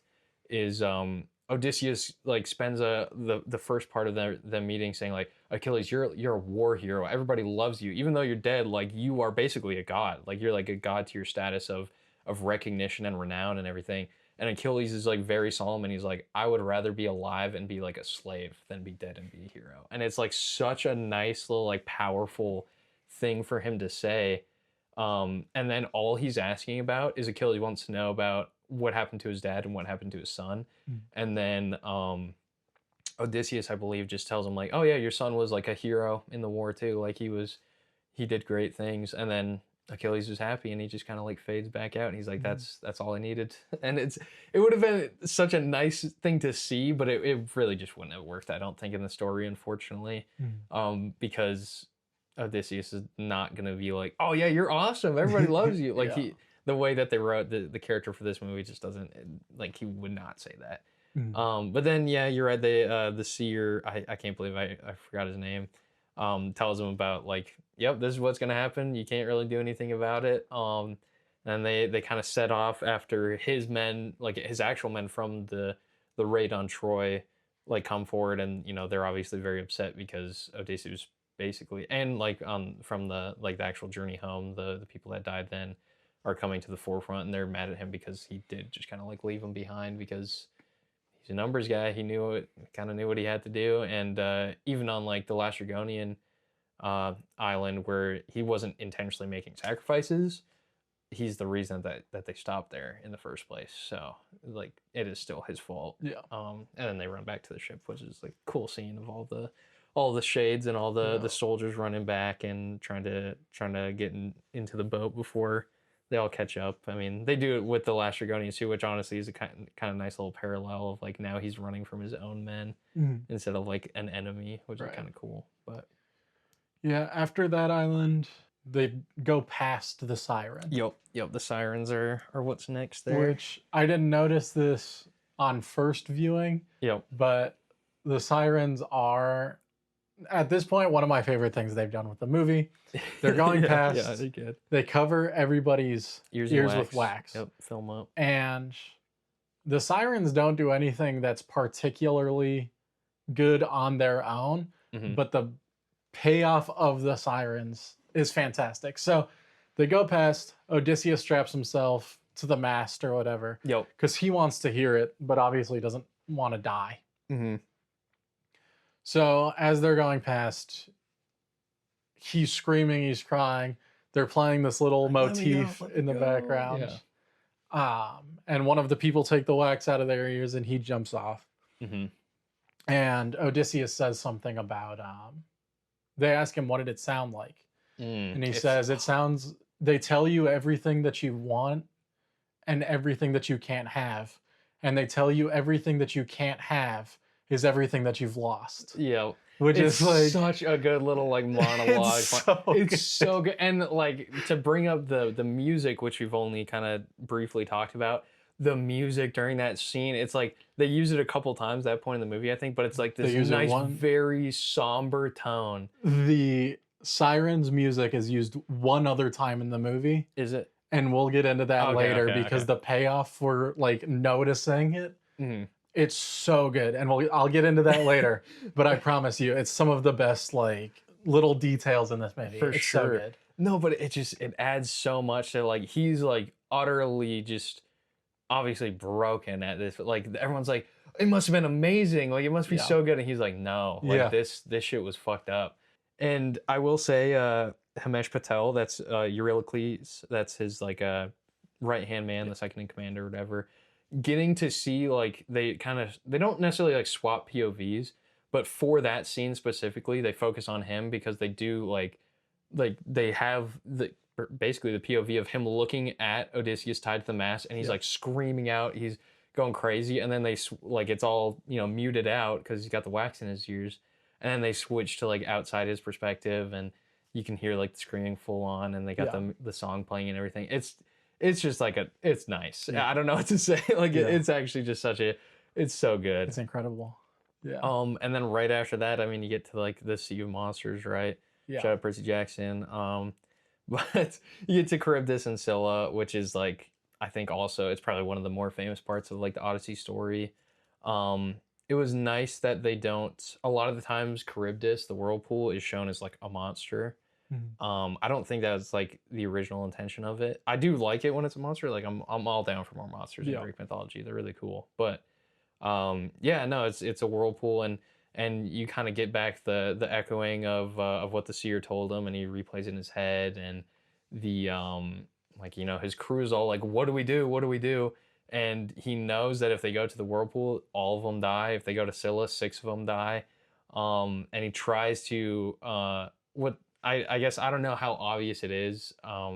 But he tricks his crew by saying yeah, we should go to the whirlpool because at that point they don't trust him at all. yeah. Like he's totally out of their heads as like a leader at that point. He says go to the whirlpool and pretty much We'll tells just them bank that it you'll bank it and we can get enough speed to to go make out it the other out. side. Yep. Yeah. And they're just like, oh hell no, we're going for the straight. And they got through it. And I think it was so nice that they put it in. I don't know. I'm assuming it was intentional, but as they're going through the straight, like you see him like his shoulders sag, and he's like he knows exactly what's about to happen. He Yeah. can't do anything.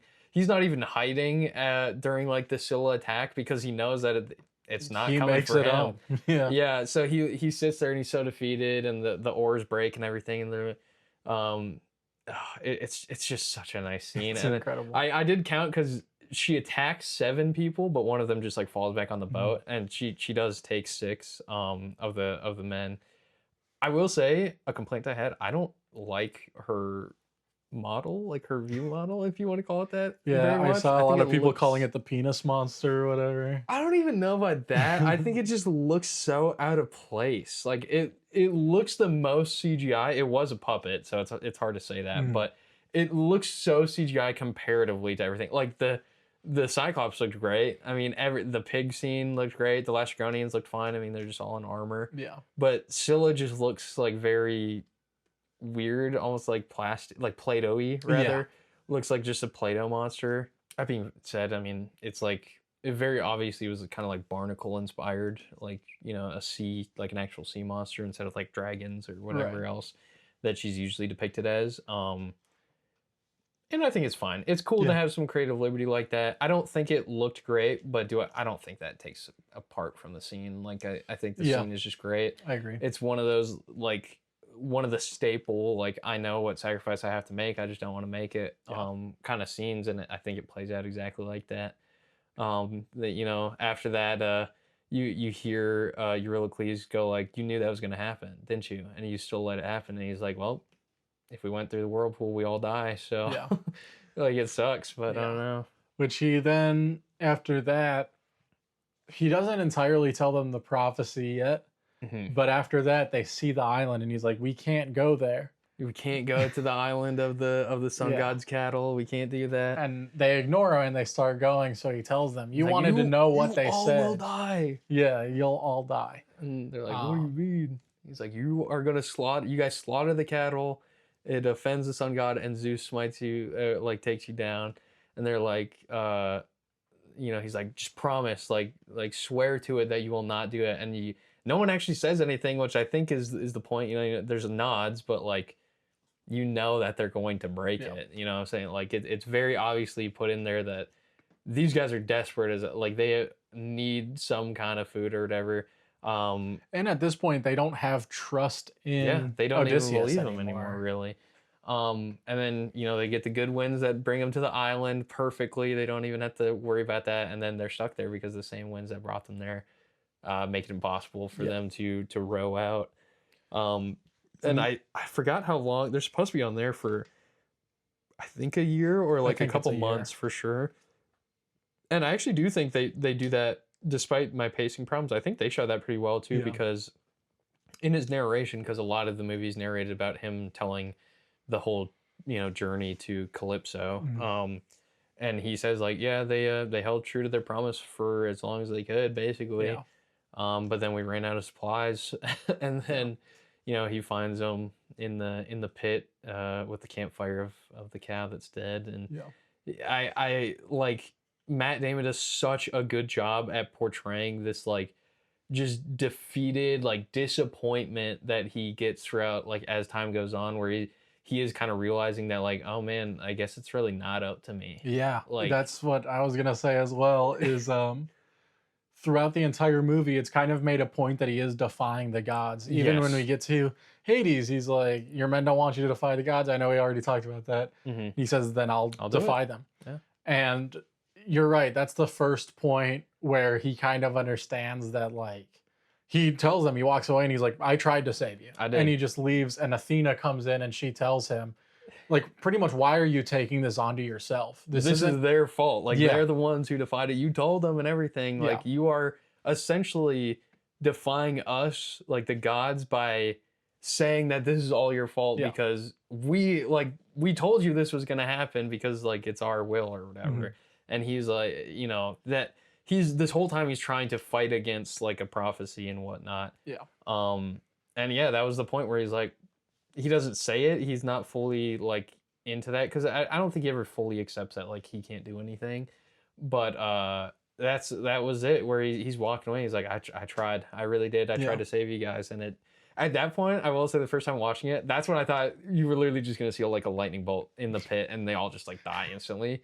Um, which But they didn't want to do I that. think it's, yeah, I think it's It much works out better. fine. It works out fine. Um, But yeah, no, and then Eurycles is like chasing after him and Athena disappears, and he's like, we'd rather have died by Zeus's hand than starve to death. And even then, I don't think they're fully aware that they're going to die. Like, yeah, they don't believe Odysseus at this but point. then They have they no get back faith to in the him. beach and they all jump on the boat because at that point, like Zeus is now, because he has to punish them. He's like, all right, go out to sea. Like Yeah. this is you have to take this punishment. You now I'm gonna allow you to into Poseidon's like waters, and then I'm gonna be the one that smites you down. Yeah. He does say something about the winds died down.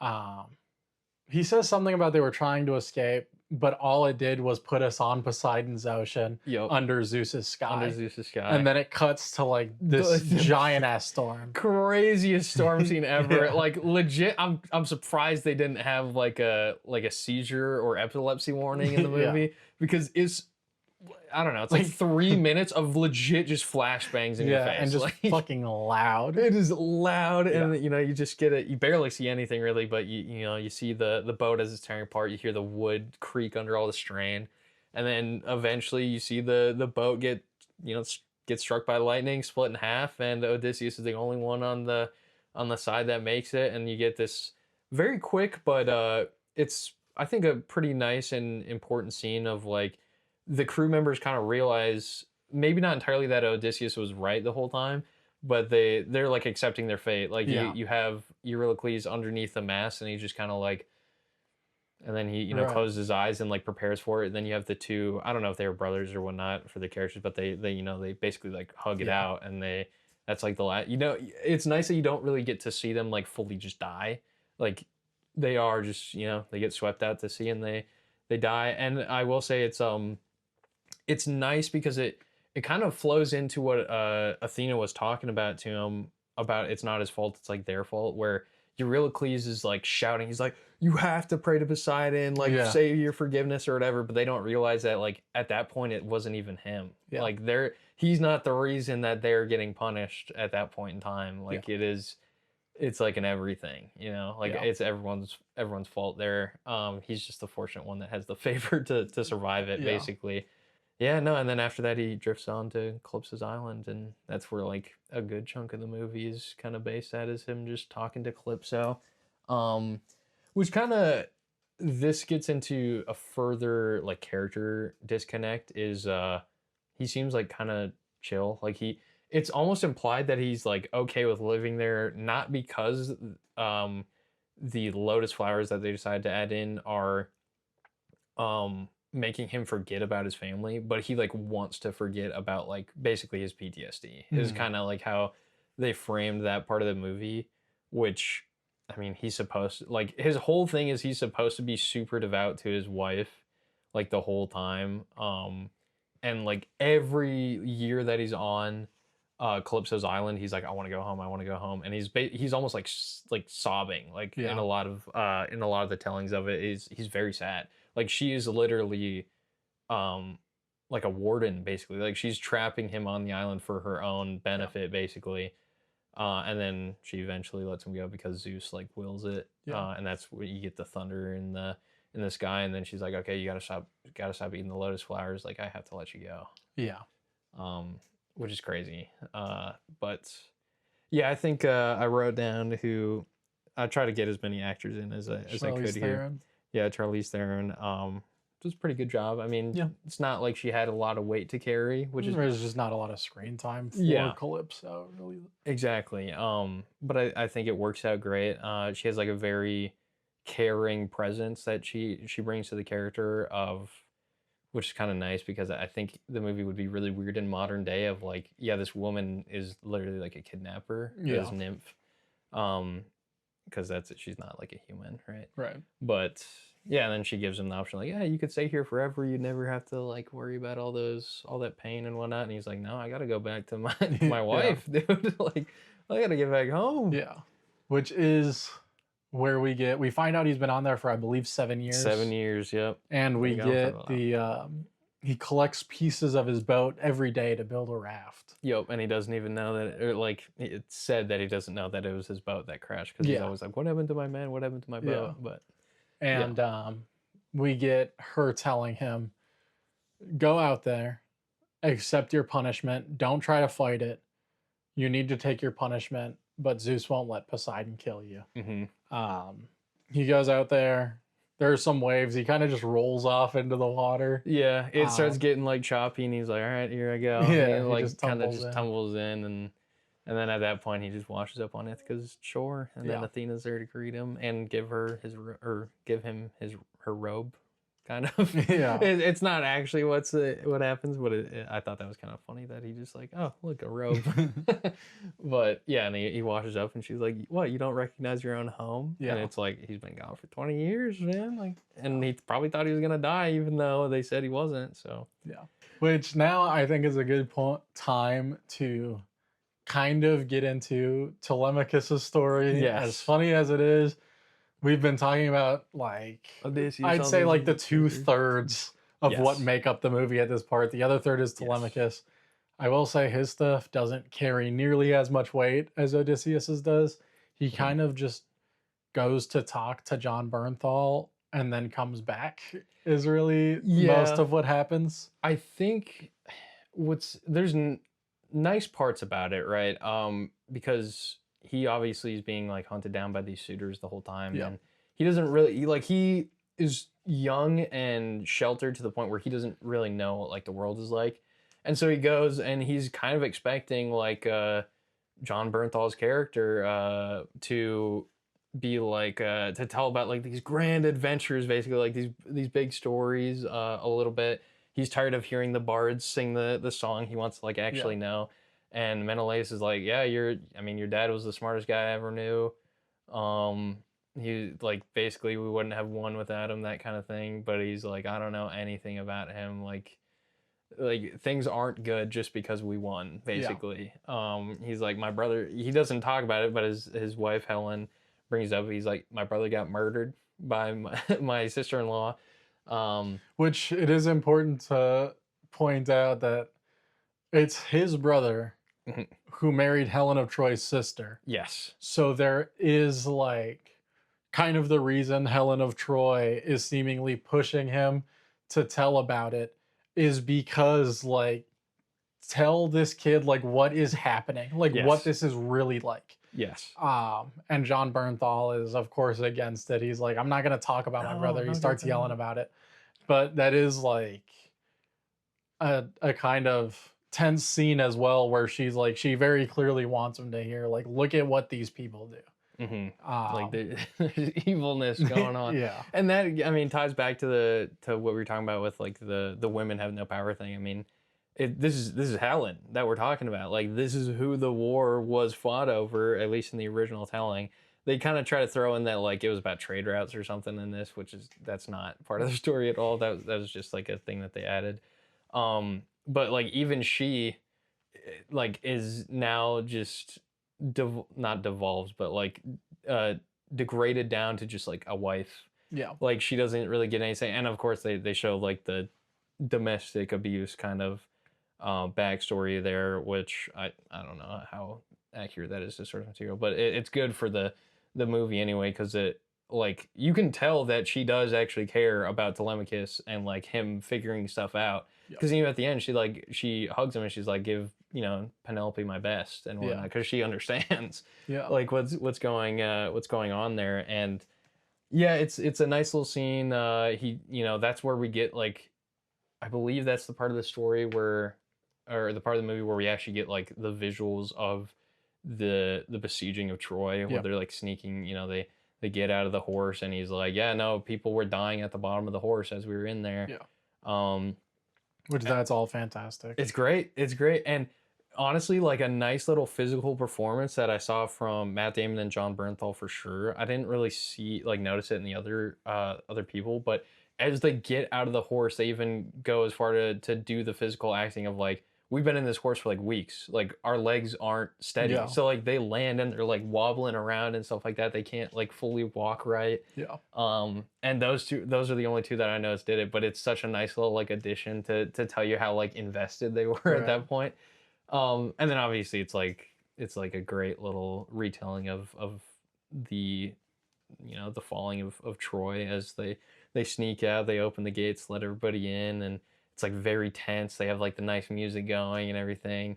And then we get to like the realization, or like the starting point of what the whole story is about how holy, like, we're evil, like Yeah. we won, but at what cost? Yeah. We literally just performed sacrilege. Basically, we faked that this was a gift for not only just any god, but his like patron goddess. And then he gets the visual of like he basically sees her get beheaded because they went up, and Well, out that's of not pure until a little bit later. yeah, But but yeah, it does happen it's like it's part of the at that point yeah. in time, right? Where you see like the beheading there, Mhm. because they were just like so like rage filled. Because at that point in the war, like everyone was just it's not about the war, like the reasoning anymore. Like now they just want to like kill the enemy so Yeah. they can be done. So you get like this nice visual representation. And again, I think you're right that it is later when he's talking to Penelope about it, Mhm. but that's where you really get to see like the scenes of that go back to support the whole like, oh, we're not the bad guys, like Yeah. we're the Greeks.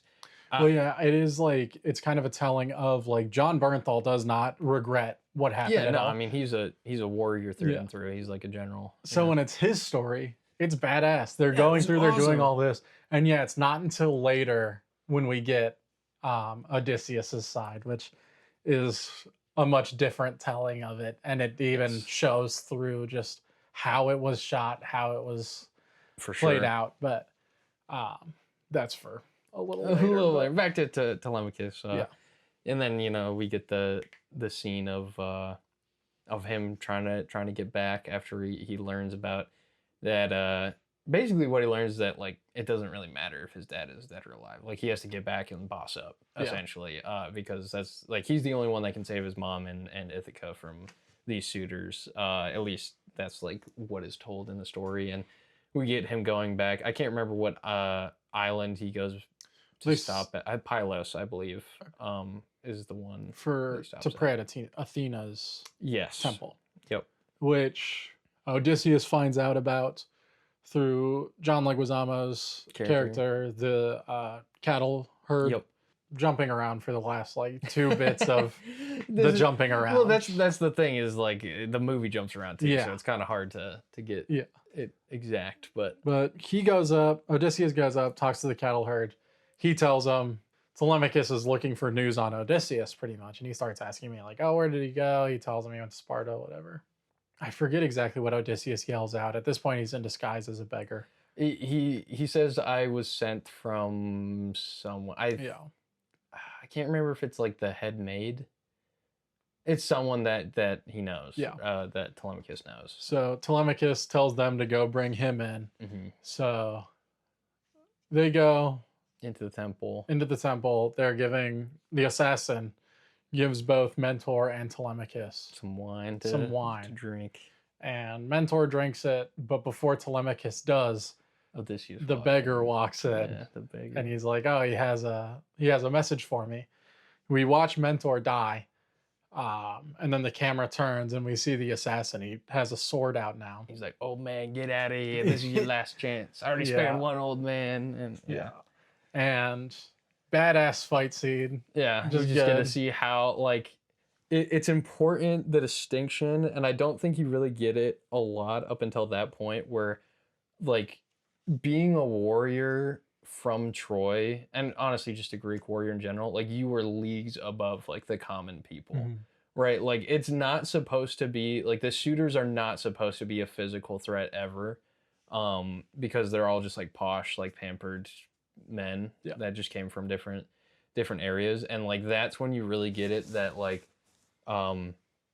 Odysseus is just like way more dangerous of a fighter than any of these guys. And I mean, you see, he literally is just like stabbing, swinging, like twirling, ducking, dodging, and everything, and he just absolutely destroys everyone. And then Telemachus is just sitting there like, don't kill me, don't kill me, which is so funny. It was a complaint that I had, but honestly, I've kind of gotten over it. I think it's just kind of funny. Is that like you see him train at the start and he like figures out this sword move, and it's supposed to be implied, I think, that he's been doing this training like forever because Odysseus wants him to be strong too, and he never wins a fight ever. Like he just gets bodied every time, which is really I think it's kind of funny. Then at that point, they head back to Ithaca. Yes. Odysseus tells Telemachus to tell Penelope that she needs to remarry. Yes. So he does that.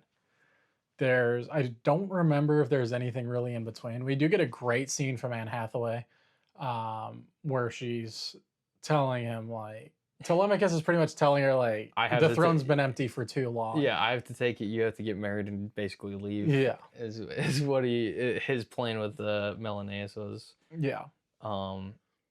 And yeah, no, her acting is just phenomenal. Like she gets into this like very like unhinged little like screaming fit of like, it's only because you're a man that like you're like I've been sitting on this throne for 20 damn years or whatever, but I'm a woman, so like the hairs on your chin mean more than all my experience or whatever. It's so good. Like it's just phenomenal work from her. And it just like goes to show that like Penelope is kind of like, she's also supposed to be like an intense like basically like threat really. She's not just like a princess or whatever or a queen that's just like sitting up there. Like at that point, I think she gets to the point where she's resigned enough where I think what the intention of the movie was is you're supposed to think that she just wants to burn everyone at that point, because I mean she does mention it, but she also like storms off in a manner that you're like, oh, that's what she's planning on doing. Telemachus asks her like, if that's not the solution, then what is? And she says, we lock the doors and we burn them all. We burn them all. Odysseus is going around begging, doing whatever. Just kind of getting info. Basically. And one of the suitors dumps his food onto the floor and spits in his bowl, Yep. Robert Pattinson stomps out his food and starts talking to him about like whatever. Or Pattinson's like, "Oh, you're probably gonna ask something from me, huh?" And he's Yeah. like, "No, I actually have something for you." And then he's like, "Oh, you have something for me?" Yeah. Which, by the way, Robert Pattinson plays such a good dickhead, dude. Like, Yeah, he's it's great. it's just great Yeah. because you just hate But him. I'm remembering where I'm mixing it up now because Yep. he starts walking away. He Mhm. hands him the log. Odysseus starts walking away. He throws the stool Throws the at him. chair at him. And Of that's course. when somebody tells him, like, hey man, like Zeus's lie, you can't do Like, all that's that. fucked up. Yeah. And Robert Pattinson mentions, like, you think this is a god in disguise. So he starts asking him, what's your name? Are you a god? And he says, Sinon. Yeah. And he says, I use it to honor the bravest warrior I've ever known, or something like that. Yup. Yup. And this is where Robert Pattinson's like crashing out. He starts like Beating on him a little bit. Yeah. And then And that's when Telemachus, Tom Holland is like, the banquet is over. yeah. Again, this is the best payoff Yes. in the entire movie. Yes. The only other time the siren song plays is when he's talking to Penelope at the end of the movie, because everything you want is everything you lost, and everything you can't have Is everything. and everything you can't have is everything that you've lost. It's like a perfect Yup. thing. It's the only It's other time great. the siren motif plays, and he goes into his monologue talking about, His retelling of Troy. he tells her Odysseus is alive, you know, he'll be here when you need him. And she's like, why? No, he would have fought tooth and nail to get back here. He wouldn't be like just waiting or whatever. And he's like, well, what if it's not the Odysseus you remember? And then it gets into this the nice retelling of like how he fully has come to realize now that like we were not the good guys. Like we won, but it didn't matter. Like we gave away all of our morals. We basically just like destroyed what our civilization stood on. You know, they do kind of like slam it in your face a little bit, because I think she literally goes, "We're the people from the sea," and he's like, "Yeah." Says something about like he never came home because he was afraid that when he did, he wouldn't recognize it anymore. Yes. Yep. And the whole time he's talking, Athena is right next to him, and he kind of reaches out for her, hold and then hands. it cuts back, and she's gone, and it's just his hand out there, and it's like so fucking good. This is also where we get the scene of Athena's beheading. Yep. There are a couple things I wanted to ask you. Okay. Yep. There are two theories. Yes. One is mine that I had in my own head. Okay. One is Popular Kamal theory. mentioned it after. Oh, okay. Okay, that's what you meant. Okay. And I also saw like some evidence for it online. Do you think the beheading of Athena was a real woman, or do you think it's symbolic for the statue's beheading? I think it's symbolic. I agree. The way that Okay. they cut it, the sword comes down, and the next thing that you see is the statue's head come off and roll down. Yes. I thought it was symbolic of them like disgracing the gods. Yeah. He's seeing Athena down there, and she's looking at him plating like, why would you do this? Yeah. Like, you know, we're supposed to be tight, basically. And yeah, and that's how I looked at it, is, and I honestly think that's how it's supposed to be. You know, not gonna diss any other theories or whatever, but I think that's how it's supposed to be. I know that, like, you know, there's not the two people holding the statue on either side as that gets beheaded, but I think that's just kind of like, yeah, that's just kind of a symbolic, like we were saying. But yeah, no, it's literally like as it comes down, head drops off, falls on the ground, and he's like, "Oh my god!" So like, what have we done? He sees like the towers fall, of the walls fall down, and you get that scene that they replay a couple times where he like sits back on the stairs, and as like the fire's billowing around him, and he kind of looks up at the horse, and he fully like grasps everything. Which I think I wrote down how many scenes that only happens 4 times. I thought that happened like 7 times the first time watching it, but they love that little scene of him on the stairs. But so the other theory for Athena's beheading is a couple things. The other theory relies on, again, the intention of this movie being that the gods aren't real.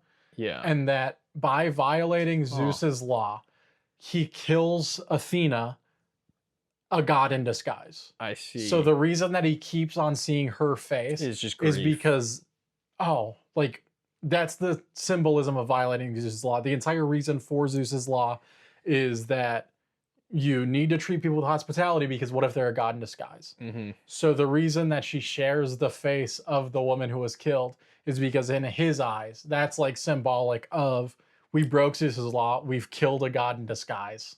That's the Okay. embodiment of her. Interesting. I don't I don't know if I see it like that, but I Well, get where it's coming from. that's the thing is I think that relies on do you watch this movie as Thinking the in the gods are gods are real or real they're or in his do you head. watch it as in they're not? Yeah. No, that's fair. That's an interesting theory actually. But no, that's I like that. That's cool that people have come up with that. I like all the theories of that. In my head, I'm just gonna keep going with like the gods exist in the story because I think that makes it a lot more um just like important. I Yeah. guess like And I agree, but I do like in my heart kind of feel that I'm wrong oh because okay I do think that the intention of this movie is that the gods don't exist. fair. I don't know. I've been kind of 50-50 on that because there are parts where I'm like, oh, obviously he's trying to say that like all these gods are just visual representations of like morals basically but at the same time it's like that'd be like really different from the source material and like how do we have like mythical monsters but gods don't exist? I don't know, it's kind of hard to suspend disbelief for like one but not the other. Yeah. um but I will say, I mean, it's a great part of the movie, like seeing the beheading and him reaching out to her hand and everything. Like, and she's not even like upset. Like the face that she has is literally just like pure sadness. Yeah. Um, it's so good. And then that's when Penelope is like, all right, call all the suitors back. Like, I'll pick one if they can do Odysseus's challenge or Yeah. whatever.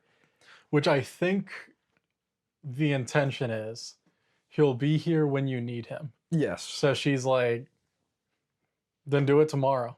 Like Yeah. if he Like, really will if be he's here going when to I need be, him, I need then him he will now. be here Like, tomorrow. yeah. Yep. And I think they do a really good job showing that. I mean, this the last like 10 minutes of the movie now. Is good. The fight scenes are really nice. It's pretty. I don't want to say like realistic per se, but like seems like the choreography is pretty good. Yeah. I will say I think in the source material, Telemachus is actually supposed to be helping him. Like it's supposed to be like a legit bloodbath. Like Yeah. the violence is up like Yeah. 1,000 times. Whereas in this one, he is just trying to stop the guy from putting the weapons down because Yo. the scene starts out, they all go there. The suitors are trying the bow, no one can get it. Hmm. So Odysseus, still dressed as the beggar, goes up and they're like, oh, you're not doing The all this. hardest bow pluck of the movie. That's what's it's so good. I didn't put this together until I saw it later. Hmm. Because I thought, like in my head, I'm like, well, that's what he does. That's what you do with the bow. Hmm. When I saw some things about it later, it's like he only plucks the bow to warn his prey. Yep. So in a Yep. room full of suitors, That's he why plucks it to warn his prey. I'm I like, think that's okay. why Robert Pattinson is the first one to recognize it and he Yeah. runs for the door. Yeah, because he's the only one who had heard it before. Yeah, because he's like, oh fuck, Yeah. this is bad. But yeah, no, he plucks it, he shoots it, and then Penelope like turns around and realizes she's like, oh my god, and then he literally just Yeah. goes on a killing spree, Yeah. and that's where the big one of the bigger like tonal differences of the movie is. Like I was saying, it's supposed to be pretty violent, and Telemachus is supposed to be there. They made him a lot more like noble, like fall on your own sword kind of a character in this, where he's like trying to tell Telemachus like, don't help me, I'm getting the blood on my hands, like so you're free and you can get out of this like cycle of violence. Yeah, because it's not even a cycle. I think the main thing is he's saving him from exile. Yeah. Like his whole plan relies on Telemachus becoming king. Yeah. So he's like, you can't do this. You're not allowed to. Yes. Me though, I I'm can do whatever good, I I'm good. want. And then Telemachus like he like kills that one guy anyway. But I guess Yeah. that was like a servant, so it's fine. But he gets bodied by him. I don't like that. That's literally just like a servant, I Yeah. think. Like I don't think he had any kind of training or anything like that, and Telemachus did, and he gets stabbed in the gut and he literally Yeah. almost loses it. He does lose like an interaction like 3 times until he finally does like Yeah. the sword move that he was training to do, which Yeah. I guess is a nice little callback. It's a little like obvious, but it was fine, I think. But no, like the whole time, the lightning and the thunder going off in the back, he's like picking up different weapons. He's like stabbing a guy with just an Yeah, arrow. they have him on the floor and he's Yeah, just sitting there like you're like jamming stabbing at your his feet and feet. shit. No, it's Yeah. it's so good, and you're just gonna see him absolutely pulverize. Like it's not even close. Yeah. Even when they back him up, I saw some people complaining that like, oh, why don't they just like stab him when he's in the circle of spears or whatever? He has armor on. Yeah. It's not like metal, but like the armor. That's why he has the spear hanging out. That spear isn't like in his body. It's like caught in the leather straps. Yeah. Well, and they're stabbing him a bit, like he does like take damage. Yeah, yeah. No, Um, he's taking damage. But like at the same time, when you're fighting like one of the best warriors, right? I can sit here and I can do this all day. If I go in for it, like you're just gonna swap my shit. It's fine. Yeah, Like it's the same thing. Like when you're fighting Kills like one of the best warriors to ever Very exist in strategic. here. Yeah. Yeah, it's a little bit of a risk to go in for the attack, right? Yeah, and then he absolutely just demolishes most of them. I mean, Yeah. it was such a cool scene. I think it's like super underrated when like the first guy goes down on his knees because he's like, oh yeah, no, we are the Yeah. problem. Well, Like, because it's not even like what is it? Telemachus drops down the sword after, but the first thing that he says, he's in the circle. Robert Pattinson tells him like, "You're just not gonna stop, are you? Like, you're just gonna kill all of us." mhm. And he says, "As long as I kill you." Yeah, you're And like that's the one that- yeah, and that's kind of when they all realize like we don't have to do this.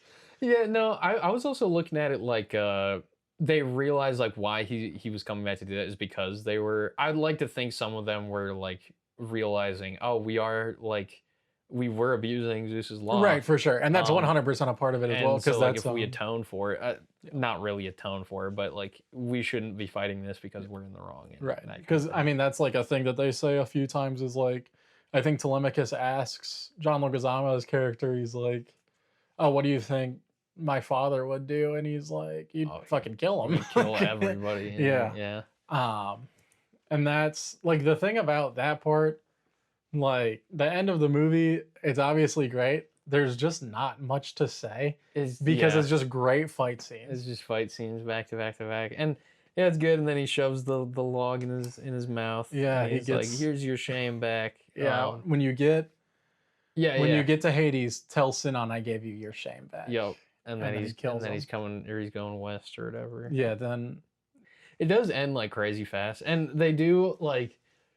I saw some complaints that I think are worth bringing up where he does bring up he's like, this is the end of the Bronze Age and whatnot, which is pretty like ham-fisted for like obviously I think like even just before he says that he's like, yeah, like they'll have to sing songs of this because like this is the death of or that's the only way they'll be able to remember the ones of us that could write, yeah. which is like it's a great part of history because even in like other Homer works, I mean, they don't even know when one, they don't know if he was real Yeah. because he could have been multiple people.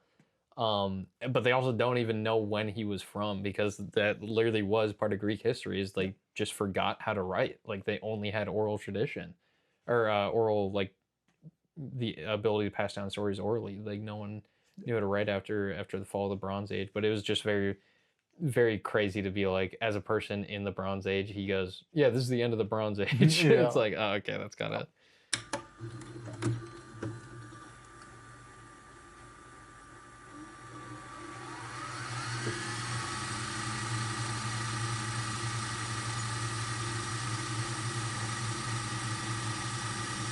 I was trying to plot. I'm like, Travis Scott's in it. That's a big plot point. Maybe you do a joke about that shit, right? yo How do you do that works with like aside from like in that 90210, 90210, you know? yeah Yeah, as long as Perfect. that I need to remember as long as that second button's blue, we're good. I'm looking, it's Oh, like okay. streaming to Twitch right now. yeah